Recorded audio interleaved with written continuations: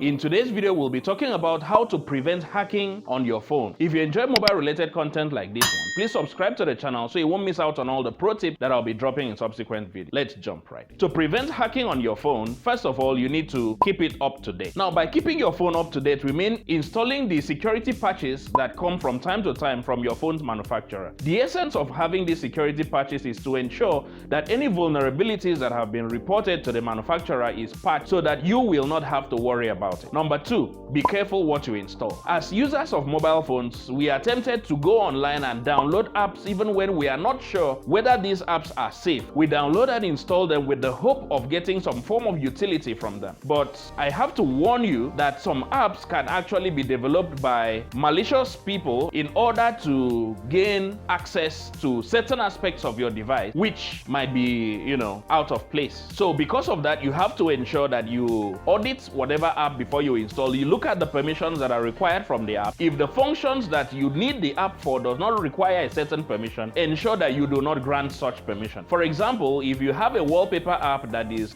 trying to monitor your phone calls and text messages, of course, you can prevent it from having access to the aspects of your phone that you do not want that app to have access. So please, let's be cautious out there because some of these apps might actually be doing something sinister in the background. With the advent of your mobile phone manufacturers displaying adverts in some aspects of your phone, there is always that temptation that you might end up downloading and installing an app that you did not plan to download and install. So you have to, from time to time, check the apps that you have installed on your device. If you find any app on your device that you did not install, ensure that you uninstall it right away, because it might be a backdoor by a hacker to gain unauthorized access to your device. Limit unauthorized access to your device. By unauthorized access, I mean, limit the amount of time you give out your phone to your friends, to your, to people around you, because you do not know the intention the person has for borrowing your phone. For example, a person can borrow your phone and then, download and install a tracking app that might be used to monitor your movement. The person can download and install remote desktop to use and monitor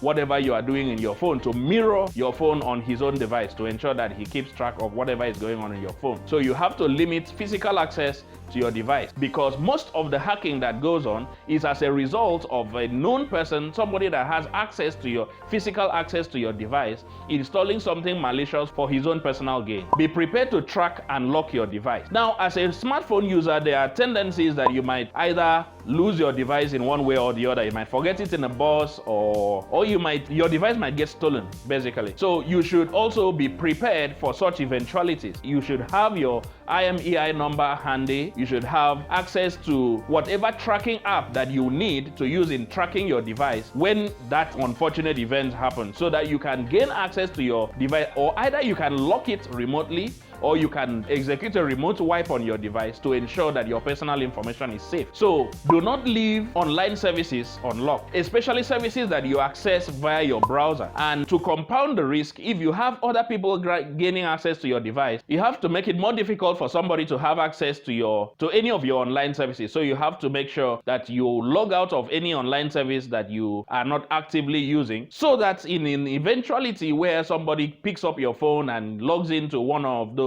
online services, the person will actually require your username and password to be able to log in. I know that apps these days have a kind of an auto login feature. You have to disable that, so that in a case where somebody breaks into, maybe is able to spy on your PIN or access code on your device, will not be able to access just about everything on your device as a result of that. This is a very important point. You are not supposed to share sensitive information on social media. Now, why this is important is that there are certain aspects of your life that is not supposed to be known to the public, because if somebody knows your date of birth, maybe your mom's maiden name, or some sensitive information of that nature, it becomes very easy for the person to either guess your security question and gain access to your online profile. So it is better you keep those information secret or away from the social media, or you just make up some of those information that will be very, very difficult to guess. Another way to protect your device: do not use open Wi-Fi hotspots. Well, let's put it this way: do not use open Wi-Fi without a VPN. Anytime you are browsing the internet, maybe you are in a coffee shop or you are in an office and you see a free Wi-Fi, free and open Wi-Fi, the temptation is that you might want to connect, because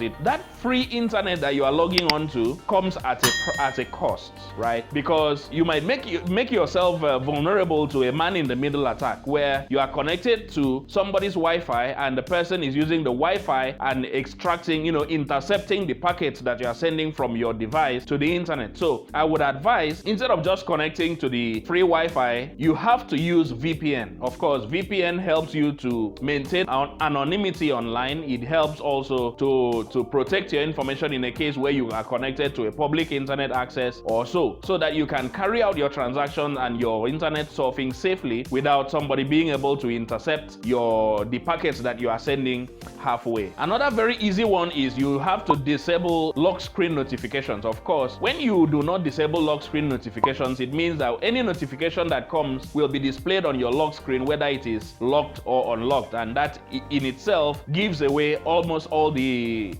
important information that you would like to keep personal to yourself. I would advise at this point that you should turn off lock screen notifications, because those SMSs that come in, you might not want somebody that is not authorized to have access to your phone reading your messages, going through your chats without your permission. If you have sensitive apps on your device, you need to protect them with a password. That is because since these apps are sensitive, things like banking apps, trading apps, your messages, your WhatsApp, if you're on WhatsApp, or any other messaging app, you might want to secure that with a password. Now you have to disable cellular data, Bluetooth, and Wi-Fi when you are not actively using them, because of course you know that these are channels through which you connect to the world, and at the same time, if you leave them on, those channels also can be used by the world to connect to your device. Of course, if they are able to find a way to bypass the security features that are put in place, to prevent that from happening.